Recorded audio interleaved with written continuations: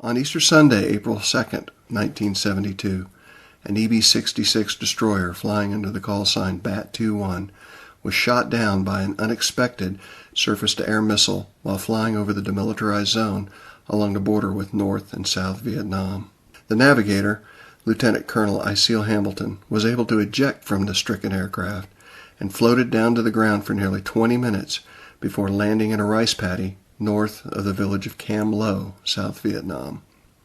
Unbeknownst to Lt Col Hambelton, whose call sign was BAT-21 Bravo, he landed in the middle of an estimated 6 battalions of North Vietnamese Army soldiers whose surprise invasion of South Vietnam caught our forces by complete surprise. One of the war's largest search and rescue missions was immediately launched, involving scores of air assets that lasted for 11 days.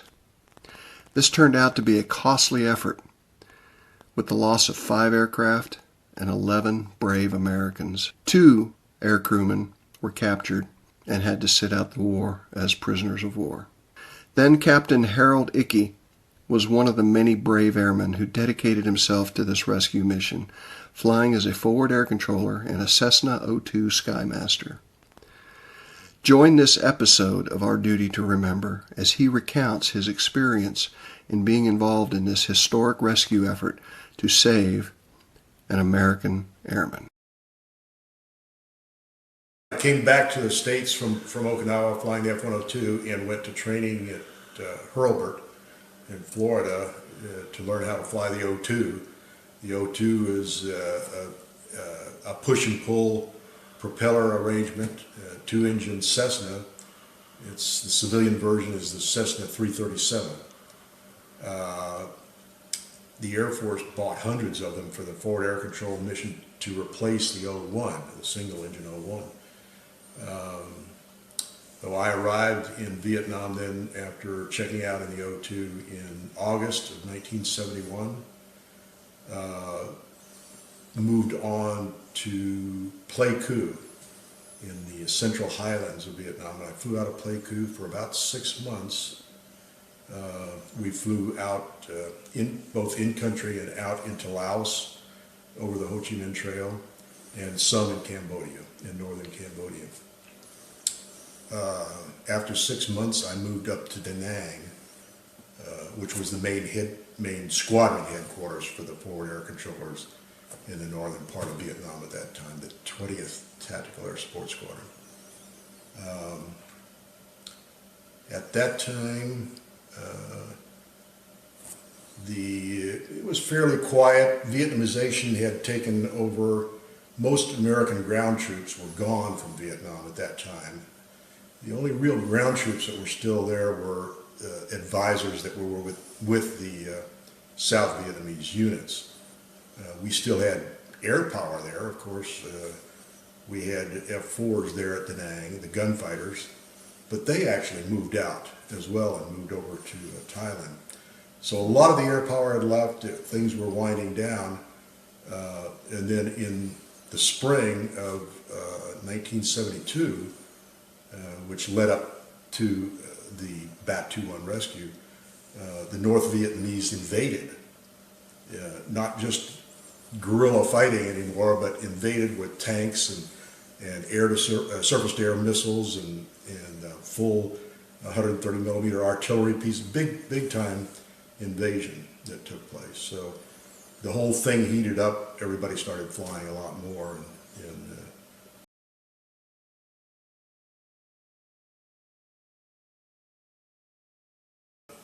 the incident itself took place on Easter Sunday in 1972, but about 3 or 4 days before that is when this invasion started. And it started in several different channels across the DMZ to the south, but also out of Laos and Cambodia into down by Saigons. It was pretty much of an overwhelming invasion, and the North Vietnamese had overrun the fire bases that were up along the DMZ, where we still had American advisors that were manned by South Vietnamese troops. And many of these fire bases had moved out because they were just overrun, and they were on their own escaping and so forth.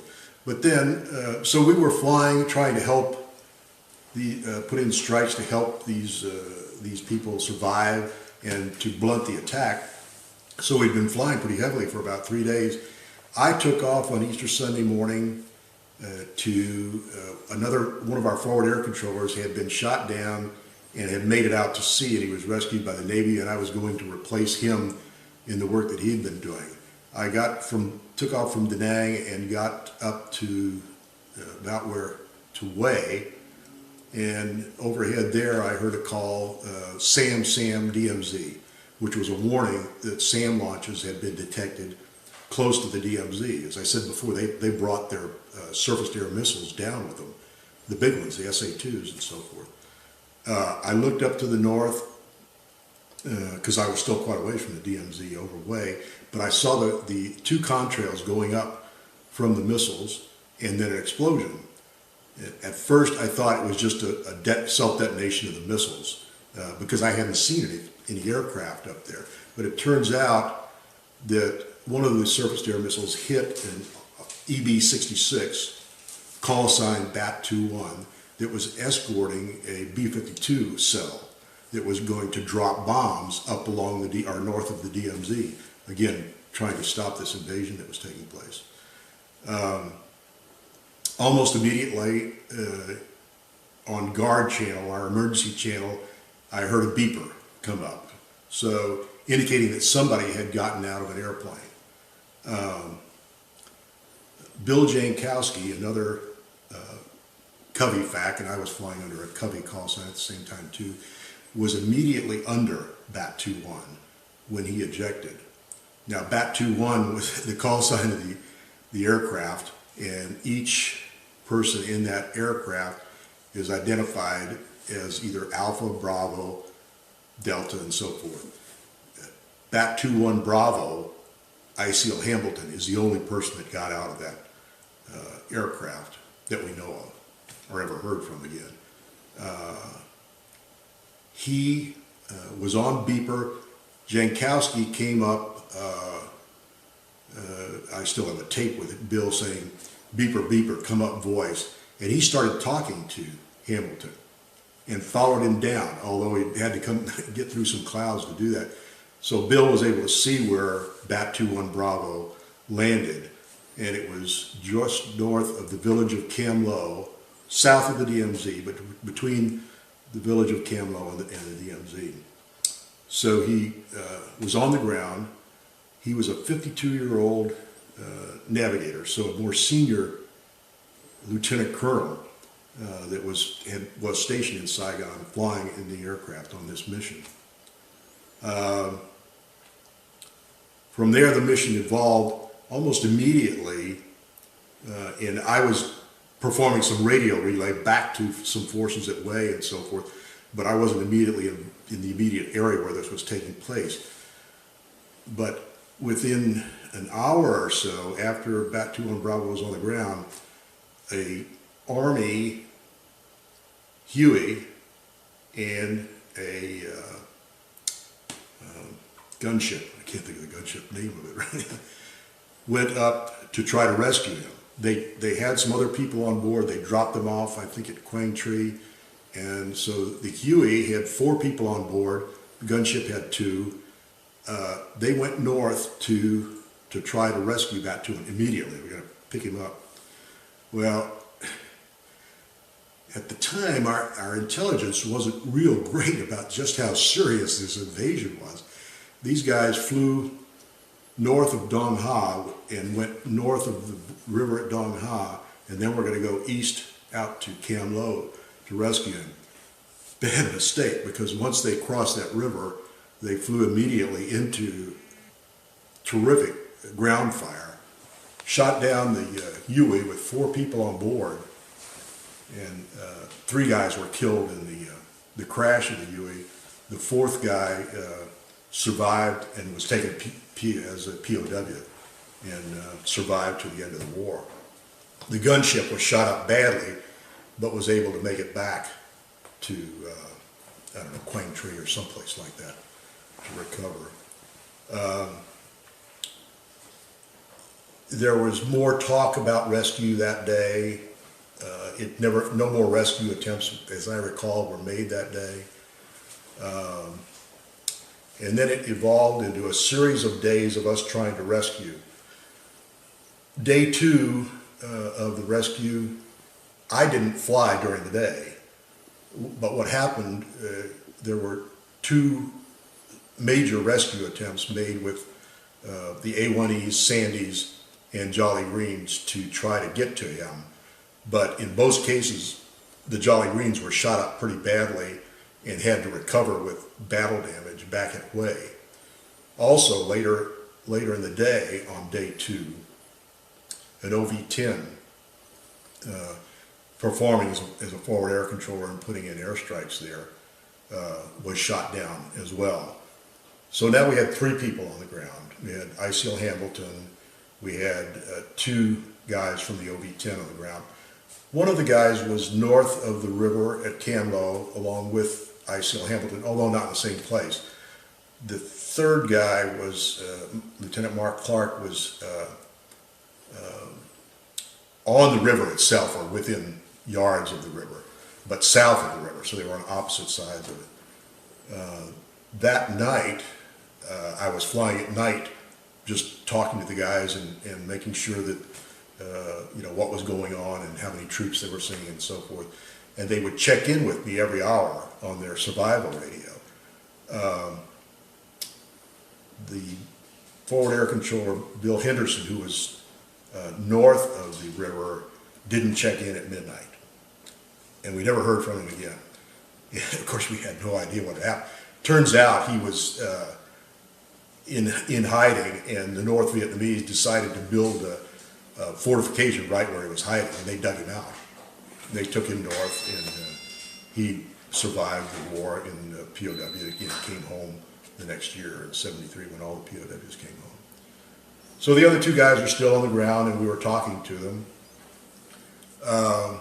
It was a series of, because of bad weather, we couldn't always attempt the rescue, and we put in lots of airstrikes, lots of denial munitions around them to try to keep the North Vietnamese away from them, which turned out to be a problem for us later on when we had to move them.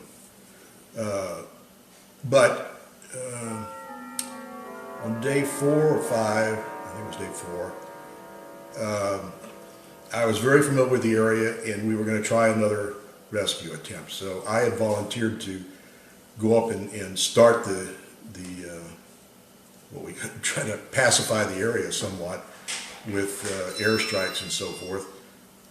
We put in a lot of airstrikes. We were still taking some ground fire, but it seemed to cut down quite a bit. So the decision was made to bring in the Jolly Green and Sandys again.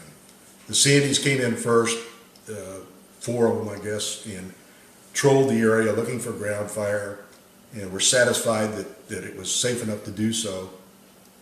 So they brought in, we had 2 Jolly Greens, one stayed off to the south. Jolly Green 6-7 came in and started to, right at the time they were going to, I told Bat 2-1 to pop his smoke, his flare, so they could see him, a smoking flare. The ground fire started again, and these guys started taking hits. So they turned around, lots of talk on the radio, some confusion about which way to go and so forth. But they turned and flew, and I'm overhead watching the whole thing now because the Sandys are in control of everything when they're there. He flies and he crosses south of the river at Kamlo and just turns in, took a hit, direct hit. I think it was in the back of the helicopter. It looked to me like the whole tail end came off and rolled it into an immediate ball of flames because they were very low and going as fast as they could to get out of there. So they had 6 people on board. After that happened, then lots of discussion back and forth. I looked over the burning crash site just to confirm there was nobody had survived, and there was just no way. Several days took place where there was discussion about how we could still rescue these two guys, because retrieving them by air in the middle of this invasion was finally decided just wasn't possible to do it without losing more airplanes and more people. A team was formed down in Saigon of a Marine Lieutenant Colonel and a Navy Lieutenant SEAL, and I think 6 or 7 Sea Commandos from the South Vietnamese. And this team then flew up to Da Nang, motored up to the area, and set up a camp in a bunker off to the south of the river and further east, away from where the enemy had advanced, most of the enemy had advanced to. And the plan was then, in the meantime, the plan had developed that we were going to move Hambelton, Bat 2-1 Bravo, down to the river. Mark Clark was already on the river, so we didn't need to move him. And this is where we used a code. Iceal Hambelton was an avid golfer. His squadron mates said that he was very familiar with the golf course at Davis Mountain. Now we had to move him through some of that area of denial munition that we had put down to keep them from getting to him. We knew where most of it was, and we wanted to move him toward the river. Of course, he had no idea where the river was. So we used the orientation and length of those golf holes to try to move him safely down to the river. And it worked. He made it down there. Now we're talking days later now. This is probably a week after the shoot down. We move him down to the river. Tom Norris is the Navy SEAL, and we are able to communicate using talking around the subject to the guys on the ground that we want them to make like Esther Williams and Charlie Tuna, and we communicated to them that we wanted them to get in the river and float down to where Tom Norris and his commandos, Rangers, could pick him up. So these guys all get in place, and the first night, Mark Clark is able to float down there, goes right past them in the dark of night, and they never see him.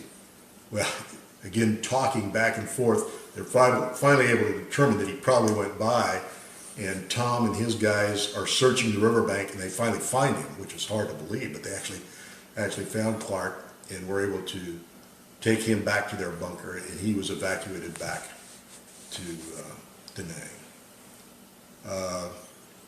Now, the next day, and I was up there part-time during this thing. You have to remember, there were other facts doing a lot of these things too, so I was up there during part of this. Sometimes I wasn't. I was up there doing some of this code talking and whatnot, and putting in airstrikes. But the next day, this bunker area where Norris and the Navy, the Marine Lieutenant Colonel came under heavy artillery attack, a rocket attack, I guess. And the Marine Lieutenant Colonel gets injured, along with several of the South Vietnamese Rangers that are there. So these guys have to be medevaced back to Da Nang as well. Now, Norris is in charge, the Navy SEAL, and there's still 2 or 3 of these Rangers there with him. But in the meantime, Bat 2-1 Bravo is getting weaker, and we're in about the 10th day of this thing. And he has made it to the river. He's made it to the south side of the river. It's hard for us to determine exactly where he is. And I would put in airstrikes and ask him where were the bombs landing in relation to where he was, for instance, to try to locate exactly where he was. Well, we tried to drop the A1s would try to drop him a food package. I forget what they called it. There was a name for it. But anyway, so they're trying to drop this to, and they dropped one, and he said, "Oh man, it's nowhere near me." Well, we don't know exactly where he is, but we think we. So finally, I told him, I said, "I'm going to go out east. I'm going to fly down the river as low as I dare get, and tell me when I'm exactly overhead," because he says he's right on the bank of the river, in hiding. Well, instead of just telling me where he is, I go down the river. The O2 doesn't go very fast at all anyway, but I get down and I'm going as fast as I can, winding my way around this river and asking him to tell me give me a mark when I'm right over the top of it. Instead, he comes out on the bank of the river and he's waving a white handkerchief. I thought he was going to get blown away any minute, but he didn't, and I knew exactly where he was. So anyway, he goes back into hiding. They try to drop another food package for him, and it doesn't work. It still goes way out of his reach, and he can't get to it. In the meantime, Norris is listening to a lot of this stuff on the radio, and Hambelton's getting really weak, hadn't had any food, very little water, and it's coming up on day 10, day 11 of the rescue. So Norris says, "Tell him to stay there. We know exactly where he is. We'll come and get him." So that night, Norris and Kit, who is one of these rangers, go to the river, commandeer a sampan, and they paddle up the river, and they get into a fog bank and they go too far. And they get right under the bridge at Cam Lo, where the North Vietnamese are crossing back and forth with tanks and trucks and whatnot. They don't get seen, but they back up, and finally they find Hambelton hiding in the brush. And they put him in the sampan, cover him up, and they've dressed themselves like Vietnamese peasants with the hats and whatnot. And they start back down the river. Now this has taken most of the night, and as they're going back, they get accosted by a North Vietnamese patrol on the south bank of the river. They play like they don't hear them, and they ignore them, and they are able to get away from these guys. And I just happen to be coming on board again on station as they're getting close to where their bunker is on the other side of the river. They come under heavy attack by a machine gun nest on the north side of the river, and we're able to put in, I've got some pictures that show the white phosphorus bombs that were able to cover this machine gun nest and hide them to some extent, and they were able to get past that. And we put in some other airstrikes on the north side of the river. They were able to get Hambelton back then to the bunker, and he was evacuated back to Da Nang and survived. After 11 days on the ground. Norris got the Medal of Honor. Kit got the Navy Cross for doing it. I didn't meet Norris until 2005 when we went back to Vietnam. I had met Kit. He came back to the States after the war and worked at Boeing up in Seattle. And I met him in Las Vegas. I forget what year that was, but we had a gathering of everybody that was involved with him. And that was the first time I'd met Hambelton. He was there at Nellis for this conference that we had there for him. Well, that was the rescue. Now, I left out one little part. Well, it's not a little part at all. Another shootdown took place of another OV-10 just off to the east of the Bat 2-1 rescue operation with Bruce Walker, Air Force captain, and a Marine artillery spotter in the back seat. Norris and Kit and their team were going to try to rescue these guys after doing the Bat 2-1 rescue.